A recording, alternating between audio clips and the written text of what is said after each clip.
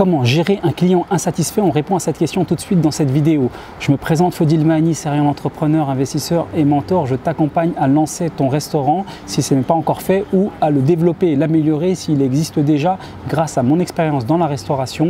Premier restaurant que j'ai lancé en 2017, il m'a permis de générer près de 2 millions d'euros de chiffre d'affaires. Grâce à cette expérience, de tous les conseils, toutes les astuces, toutes les techniques que j'ai mis en place, je te les partage dans un premier temps au travers de ma chaîne YouTube et ensuite dans un second temps, si tu veux aller encore plus loin, en t'inscrivant à ma newsletter, tu trouveras le lien dans la description juste en bas. Je te disais donc comment faire pour gérer des clients insatisfaits parce que forcément tu vas en avoir dans la restauration, quelle que soit la qualité de ton service et de tes produits, il y aura des clients qui seront insatisfaits et qui vont venir se plaindre. Comment on fait pour les gérer? En plus à l'époque des réseaux sociaux, on est dans une ère où voilà, tout se communique rapidement, surtout les plaintes, les insatisfactions et autres critiques, ça va très vite grâce aux réseaux sociaux. Donc il va falloir savoir bien comment gérer ses clients parce que on veut faire en sorte que notre client dans un premier temps soit satisfait et qu'il ait envie de revenir et le plus souvent possible et idéalement même avec des amis, ok, et aussi bien entendu d'éviter tout ce qui est bad buzz forcément au niveau des réseaux sociaux. Donc c'est très important déjà de bien comprendre que les clients, comme je viens de te le dire, c'est le numéro un, c'est ce qu'il y a de plus important dans ton entreprise, c'est les clients, parce que sans clients, voilà, il n'y a plus de business tout simplement. Donc ça doit faire partie de la culture dans ton entreprise, c'est-à-dire que ce que tu vas transmettre comme valeur et que bien entendu tu vas être le premier à appliquer, le leadership par l'exemple, eh bien c'est la satisfaction client, c'est le fait voilà, qu'on s'occupe du client comme ce qu'il y a de l'asset, j'ai envie de dire, ce qu'il y a de plus important au niveau dans notre entreprise. Alors on va voir aussi dans la suite de la vidéo qu'il y a des limites, bien sûr qu'on ne peut pas non plus répondre à tous les desiderata des clients, donc savoir où se situe la limite justement, pour quelles raisons, tout ça je vais te le décrire à la fin de la vidéo. Alors déjà ce qu'il faut préciser, c'est qu'il y a différents niveaux d'insatisfaction.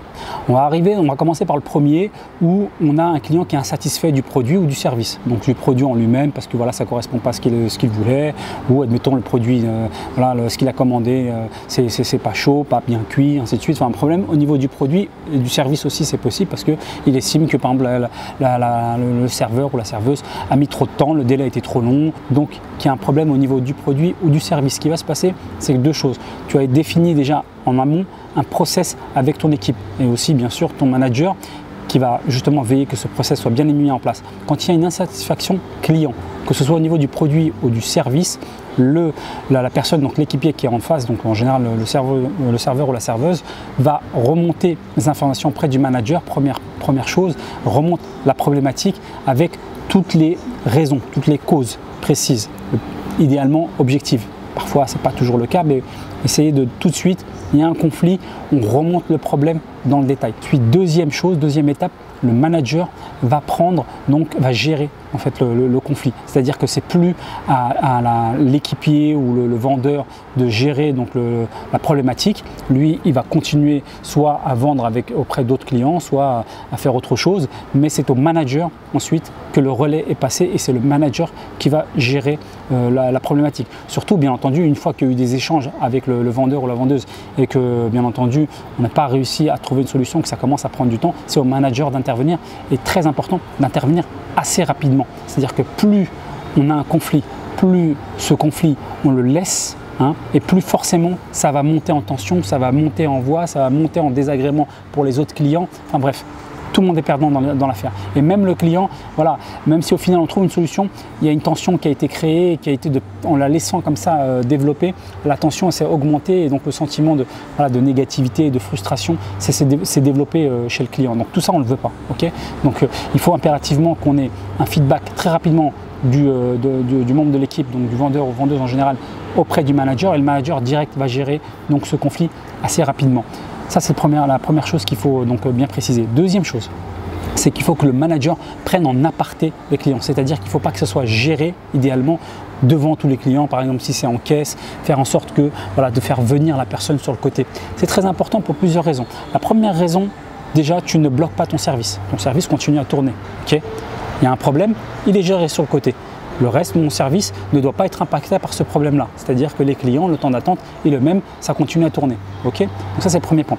Deuxième point, c'est parce que ça peut être aussi un désagrément pour les autres clients. C'est-à-dire que si le manager le gère comme ça de l'autre côté du comptoir en échangeant devant les autres clients, les autres clients sont spectateurs de ça et pareil, ça met des ondes négatives auprès des clients qui ne sont absolument pas nécessaires, voire même à éviter. Okay, il est venu pour prendre un bon moment, pour passer un bon moment, pour prendre sa petite commande, okay, pour se détendre, pour se restaurer, repartir et partir avec des ondes positives. Donc il n'a pas à être spectateur de ces échanges. Okay, donc très important de le mettre sur le côté. Et enfin, troisième point qui est très important, c'est que c'est au manager de le gérer parce que parfois, tu peux avoir un conflit avec le client parce que parfois, c'est une question, ça va être un problème personnel.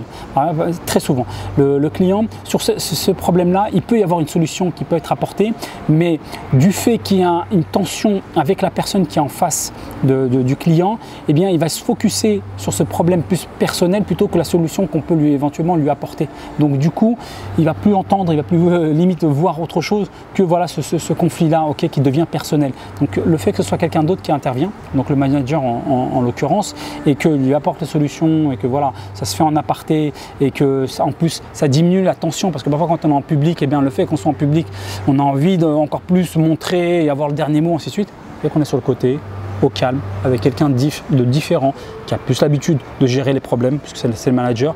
Donc là tout de suite, on dégonfle, on désamorce, on va dire, la bombe. Et très souvent, le problème se règle. Extrêmement important, c'est d'avoir défini des process. Vous voyez, là, c'est un exemple que je vous donne. Et en réalité, pour tous les événements, pour tous les incidents, et que ce soit au niveau du management, la gestion des clients, la gestion des conflits et autres, pour tout ce qui est vente, la gestion des stocks et tout le reste, il y a toujours comme ça des process à mettre en place. Voilà, s'il se passe ceci, voilà telle et telle solution que je peux apporter, et ainsi de suite.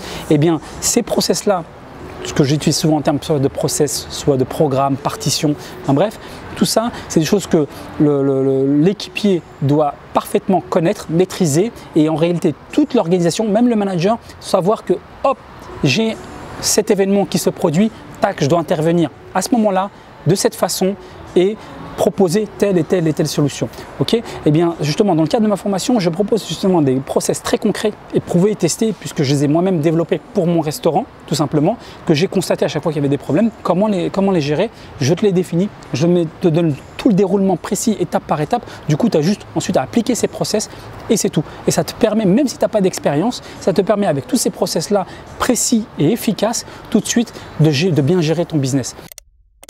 À côté de ça, ce qu'il faut bien comprendre, c'est qu'aussi, il y a beaucoup d'abus. C'est-à-dire qu'il faut mettre une limite. Certes, le client, on va dire, est roi. Certes, le client, c'est ce qu'il y a de plus, l'asset le plus important dans notre business. Mais il faut savoir aussi que beaucoup abusent de cette position, abusent de leur situation pour faire des demandes qui sont tout à fait exagérées, qui vont soit à l'encontre de l'intérêt du business, soit même du restaurant, soit même parfois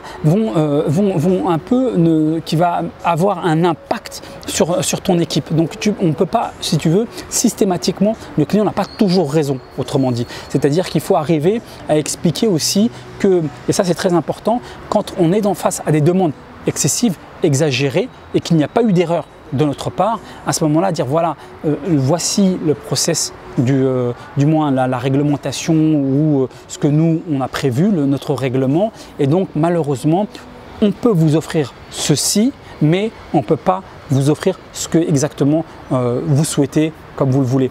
Parce que tu as des cas où tu as beaucoup de clients, il faut dire les choses comme elles sont, qui vont abuser, qui vont systématiquement abuser, qui vont chercher la moindre faille, la petite erreur pour pouvoir justement demander compensation de manière largement excessif. Tu as plein de cas comme ça, des clients par exemple qui vont consommer un produit, qui vont commander un produit, qui vont le consommer aux 3/4 et qui vont t'expliquer qu'ensuite il n'est pas bon ou que c'est pas exactement ce qu'ils avaient commandé, ainsi de suite. Mais il reste quasiment plus rien. Enfin, il y a plein d'exemples comme ça. Vraiment, c'est ce type de clients en réalité très souvent en plus.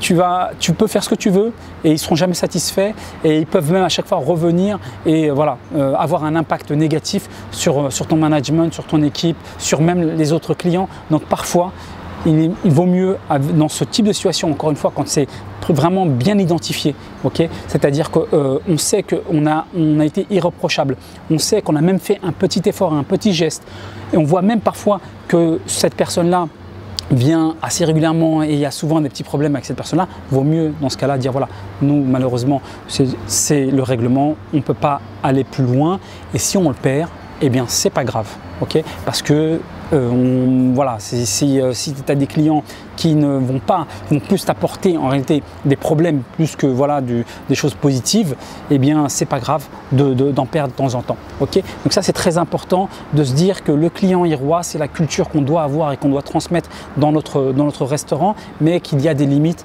hein, dans certaines conditions, on ne peut pas non plus répondre à tous les besoins, à toutes les demandes du client. Si tu veux en savoir plus sur tous ces process justement pour chacun des services, tous les détails, solutions pour chacun des problèmes, qu'est-ce que je dois faire exactement dans le détail à chaque fois qu'un tel événement apparaît, quelles sont les solutions que je dois apporter, quelle est la limite de ces solutions. Tout ça, je rentre dans le détail dans ma formation où je te propose tous les programmes, même si tu n'as aucune expérience, tu as le détail de tout ce que moi j'ai mis en place, testé et approuvé par moi-même. Donc je t'invite à t'inscrire à ma formation, tu trouveras le lien juste en bas. C'est un lien, tu cliques dessus, tu reçois par email les 2 premiers épisodes gratuitement de ma formation pour voir un petit peu ce que ça donne, un peu plus de conseils, un peu plus d'astuces, okay, pour avancer dans ton projet, soit de développer ton restaurant, de l'améliorer s'il existe déjà, soit tout simplement de le lancer, même si tu n'as pas d'expérience. Je te donne tout dans le détail. D'ici là, je te dis bis and kiff, à plus, ciao.